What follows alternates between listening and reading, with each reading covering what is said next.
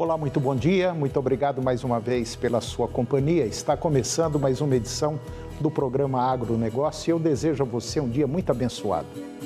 E no programa de hoje nós vamos comentar sobre tecnologia, sobre o desenvolvimento de variedades de soja. Vamos falar sobre o mercado de café que está em ritmo crescente, tanto produtivo quanto de comércio. Vou comentar da produção de grãos no Brasil, que deve passar dos 300 milhões de toneladas.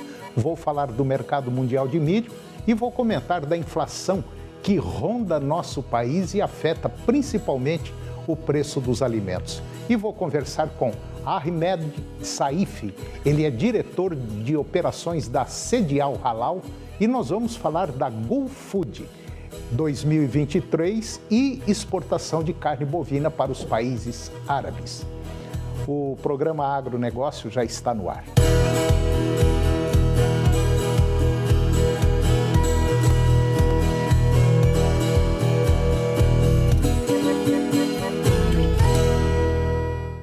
Eu começo o programa de hoje falando sobre tecnologia, sobre o desenvolvimento de variedades de soja, a adaptação da oleaginosa aos diversos microclimas do país fez inclusive o Brasil ultrapassar os Estados Unidos, se tornando o maior produtor de grãos e também o principal exportador mundial.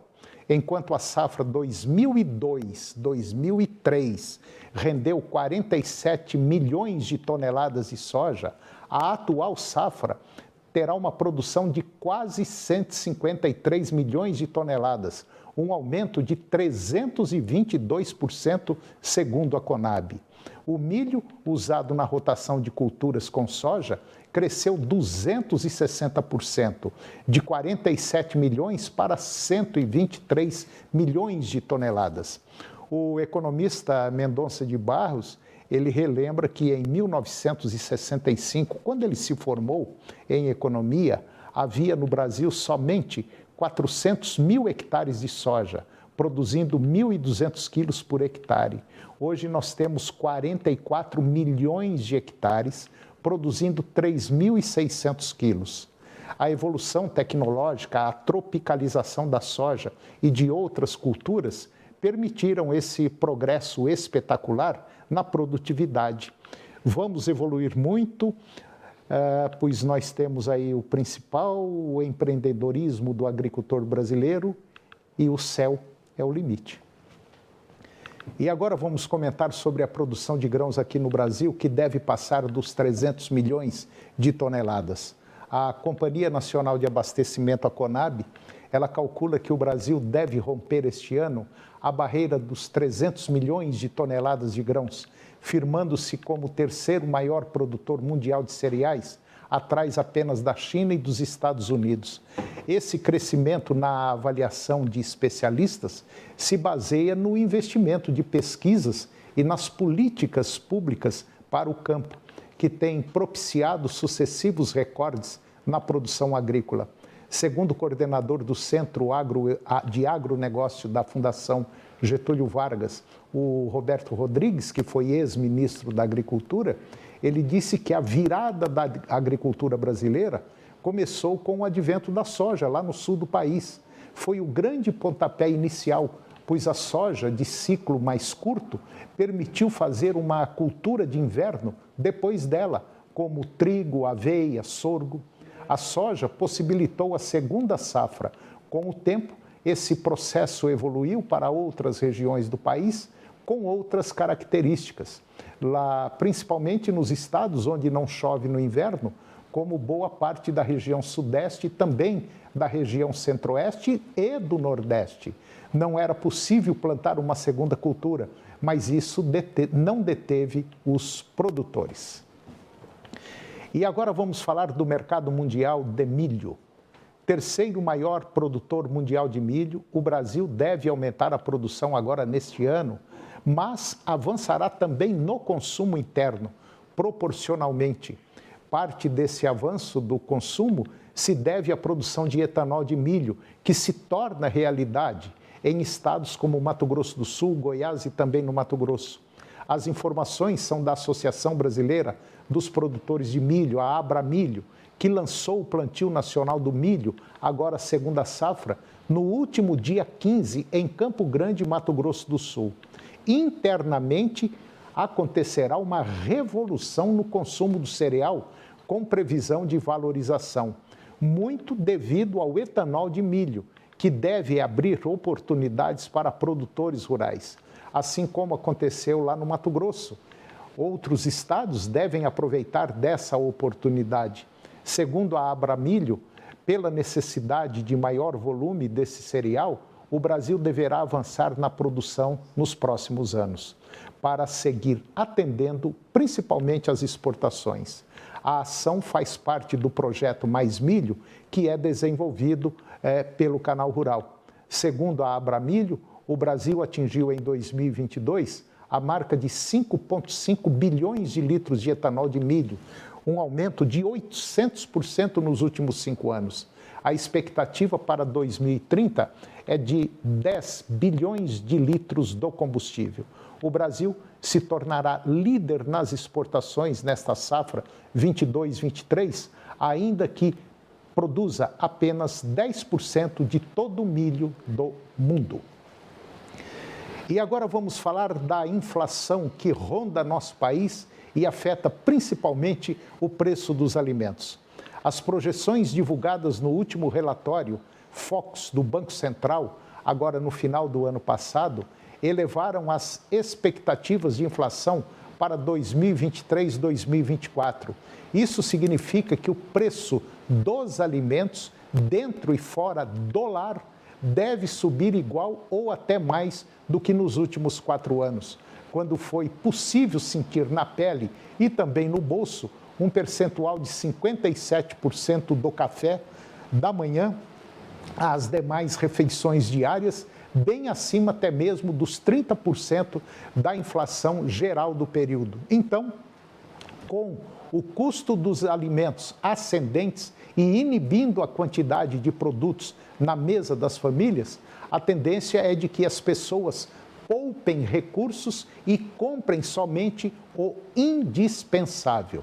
Ademais, a crise internacional, a guerra da Rússia contra a Ucrânia e os altos custos de produção são fatores que acendem um sinal amarelo para a indústria não operar com prejuízo. E, nesse sentido, há quem pense que funcionar no vermelho é uma exclusividade das pequenas empresas no setor. Mas, infelizmente, grandes estabelecimentos são frequentemente afetados por falta de atenção ou prudência, essencialmente quando o assunto diz respeito aos procedimentos internos.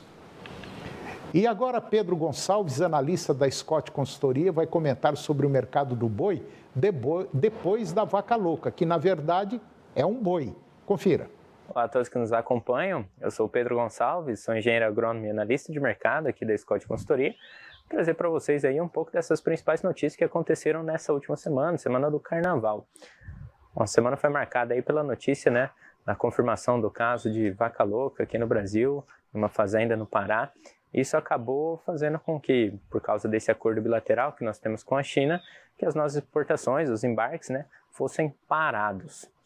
Bom, falando aí um pouco mais desse caso da EEB confirmado, se trata, né, de um bovino mais velho, de 9 anos, que se alimentava praticamente de pasto, não consumiu ração. Então isso muito provavelmente deve vir a confirmação aí de um caso atípico da doença, que é o caso, né, que não é transmissível.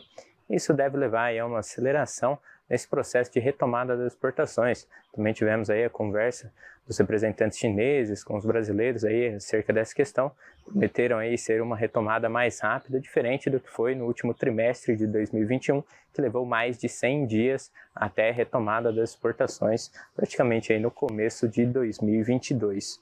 E aí, o que isso levou, né? O que isso aconteceu com a praça pecuária no Brasil? A gente viu uma queda na cotação das principais praças pecuárias aqui no nosso país e também a paralisação de compra, né, por parte dos frigoríficos, muito por causa dessa parada dos embarques. E aí que a Scott Consultoria levantou aí, né, para a praça pecuária de São Paulo, foi uma queda de R$10 por arroba para o boi comum. Vaca e novilha ficaram um pouco aí sem referência para o mercado, mas aí trabalhando por volta dos R$260, R$250, e o boi comum variando aí de R$240 até R$270, dependendo aí do frigorífico que você consegue comercializar. E ainda pegando nessa semana que aconteceu a Vaca Louca, nós tivemos aí a possibilidade de habilitação para novas plantas frigoríficas para exportação para o México, assim como aconteceu para a Indonésia, sendo aí mais um mercado, mais um parceiro comercial ganho, né, buscando, né, um maior volume de carne do Brasil. Então, sendo aí uma boa notícia dentre tudo isso que está acontecendo com a Vaca Louca. Pessoal, o que eu tinha para trazer hoje era isso. Mais uma vez, muito obrigado, um forte abraço a todos e até a próxima. E depois do intervalo eu vou comentar sobre o mercado de café que está em ritmo crescente e eu vou conversar com Ahmed Saif. Ele é diretor de operações da Sedial Halal e nós vamos falar da Gulf Food 2023 e também sobre exportação de carne bovina para os países árabes. O programa Agronegócio volta depois do intervalo.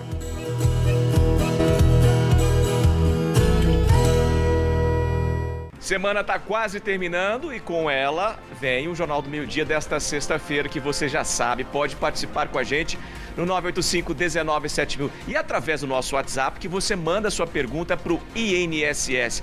Pode fazer um vídeo também na horizontal, não vai esquecer, tá bom? Amanhã Gilson ao vivo respondendo as suas perguntas. Um grande abraço e até lá!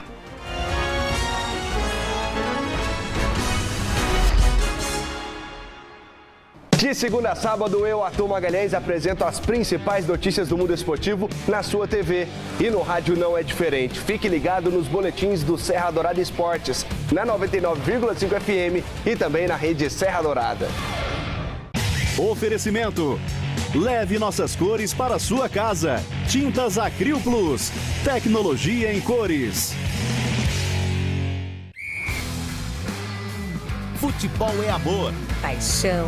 Emoção. Garra. Movimento. Sonho. União. Trabalho. Dedicação. Irrigação. Amador. Profissional. Society. Jardim. Gramado. Início. Então, precisou? É Capra. Domingo às 9 horas da manhã, você tem encontro marcado aqui na TV Serra Dourada com o maior realizador de sonhos do Brasil, Real Cap, realizando sonhos, mudando vidas. Real Cap, a marca da sorte. Você aí que completa 18 anos neste ano, o dever te chama. Você tem que fazer o seu alistamento militar. O prazo vai até 30 de junho. E o melhor jeito de você se alistar está em suas mãos, o seu celular. Baixe o aplicativo do Exército Brasileiro ou acesse o site alistamento.eb.mil.br. Aliste-se, o dever te chama. Canal TV Agro. Apoio Campo Nutrição Animal. Campo é mais que nutrição, é precisão. Planalto Máquinas e Implementos Agrícolas. Revendedor Valtra. Goiânia, Jussara, Itumbiara e Porangatu. Estância Bahia Leilões. Estância Bahia Leilões a serviço da pecuária brasileira. E Nutroeste Nutrição Animal. Nutroeste é tecnologia de resultados. Diversão, belos lances, golaços e muita informação. Eu tô curioso, hein? Vamos curtir junto? Tem SBT Esportes. Na tela do SBT. Agronegócio. Oferecimento no campo ou na cidade. Safra Irrigação. 3928-4020. Moinho fino. Sabor você escolhe. Pureza você exige. Há 43 anos, puríssimo.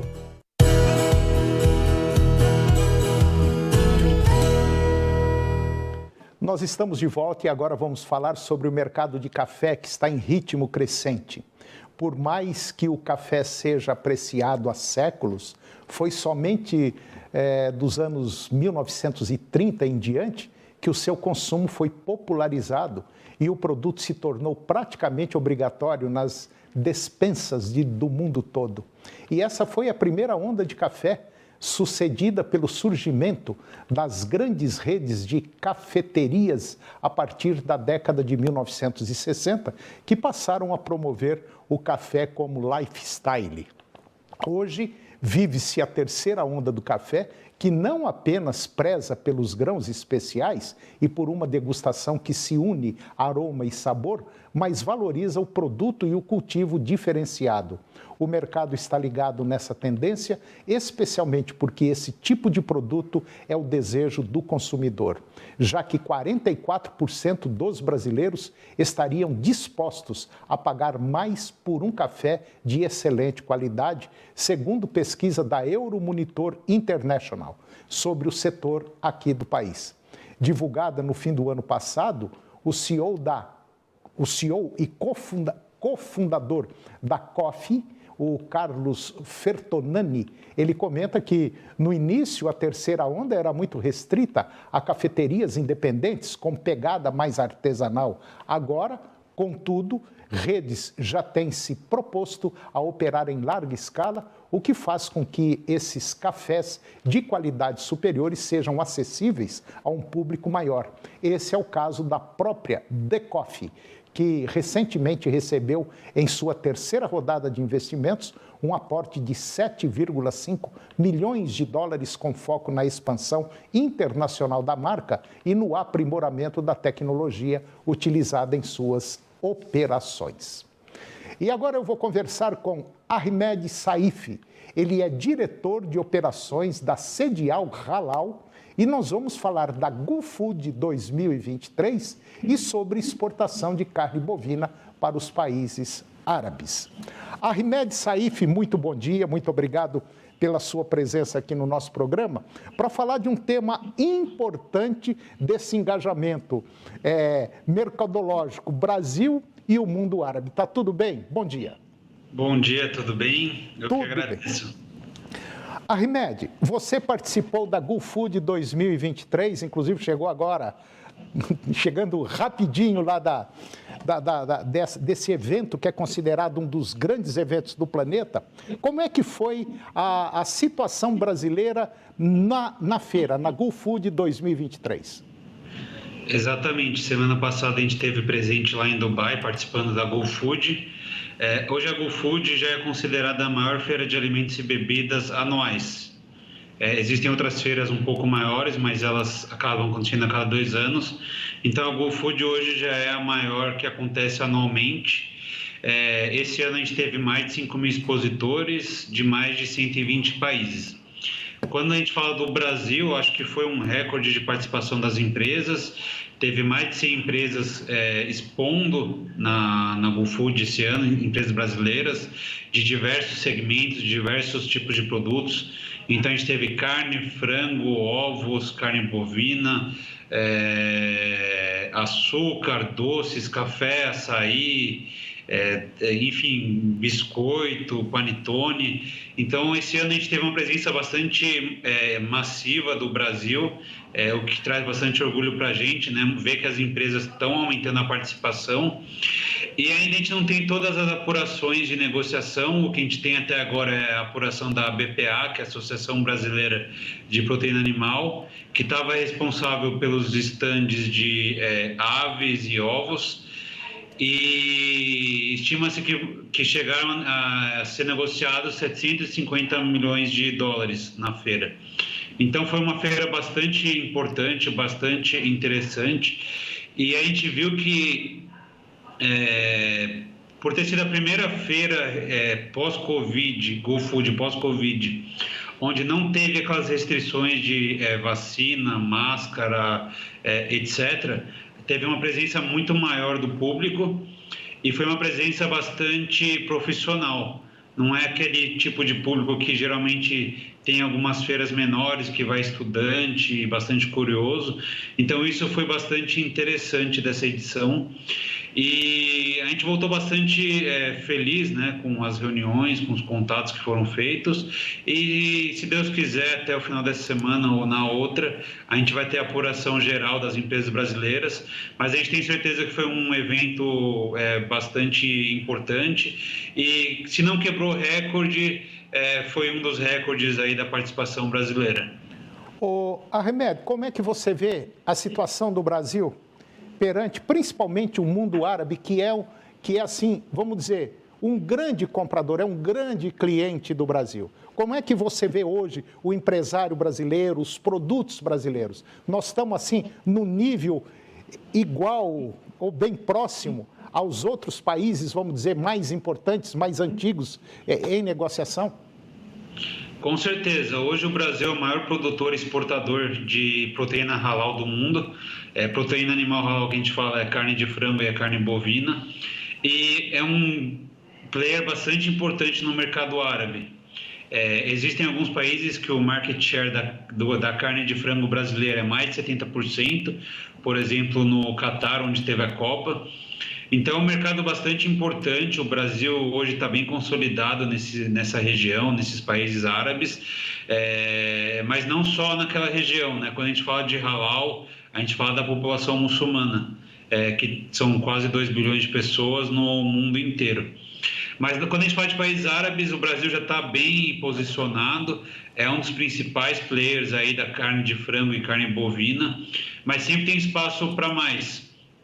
O que a gente sempre tem batido, né, é que a presença do Brasil, apesar de ter sido bastante expressiva esse ano, mais de 100 empresas, ainda acaba sendo uma participação tímida quando comparado a outros países. E às vezes países que têm menos relevância internacional do que o nosso mercado.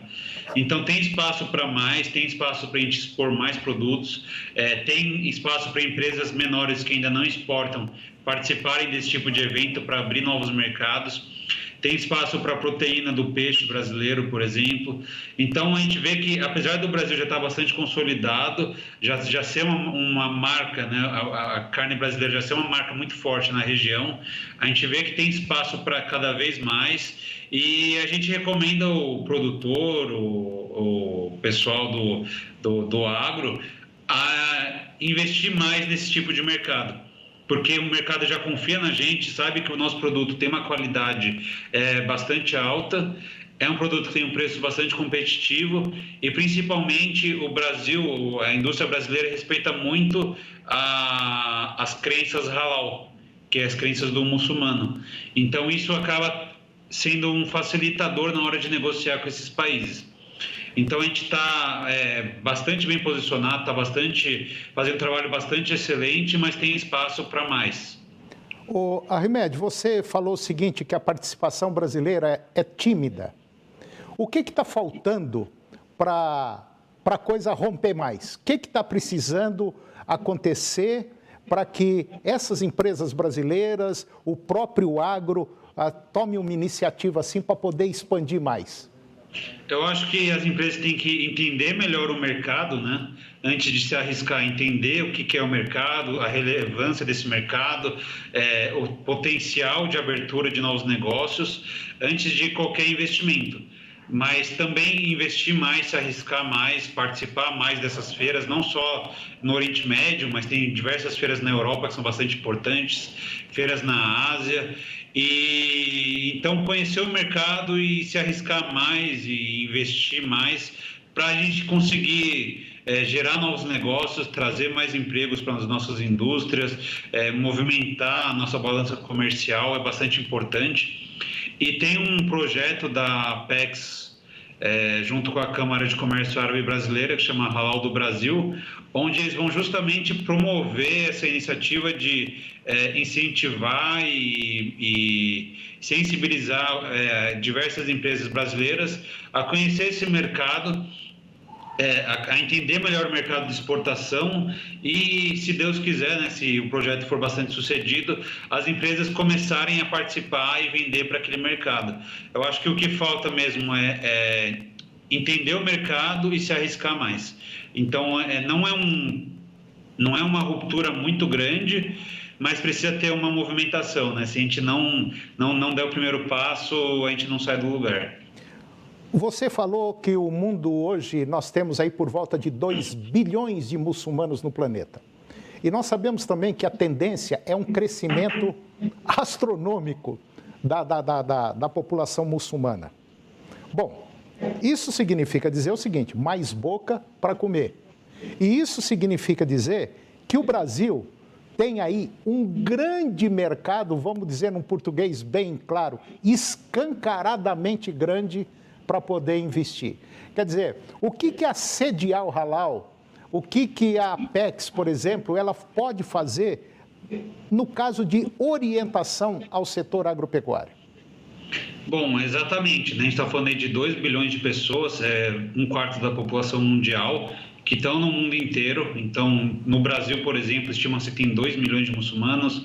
Na Europa tem milhões também, na África, na Ásia, nos Estados Unidos. E essa população toda consome halal. É uma população que está crescendo cada vez mais. Então, o trabalho da Sedial, junto com a Apex, junto com a Câmara de Comércio Árabe Brasileira e junto com outros players do mercado, orientar essas empresas a conhecer o mercado, entender se o tipo de produto que ela tem é compatível também, porque não adianta nada você promover um produto que não tem consumo no local. E eu acho que principalmente melhorar nossa relação internacional com alguns países que a gente não entende tão bem. Por exemplo, Indonésia, Singapura, Malásia, que são países que têm uma população muçulmana bastante considerável. A Indonésia hoje é o maior comprador de produto halal do mundo e não compra tanto do Brasil. Então, é uma iniciativa que tem que ser feita de todos os setores, privado, governamental, público, certificadoras, indústria, para conquistar melhor esse mercado e apresentar o produto brasileiro para o mundo inteiro. O mercado árabe já está consolidado, já é um mercado que está conquistado, mas tem espaço para muitos outros. Então não adianta a gente falar, beleza, estou com o mercado árabe consolidado e estou tranquilo. Tem países no mundo inteiro interessados no nosso mercado que a gente está vendendo, então a gente não pode esperar qualquer crise, qualquer situação ruim para a gente se mexer.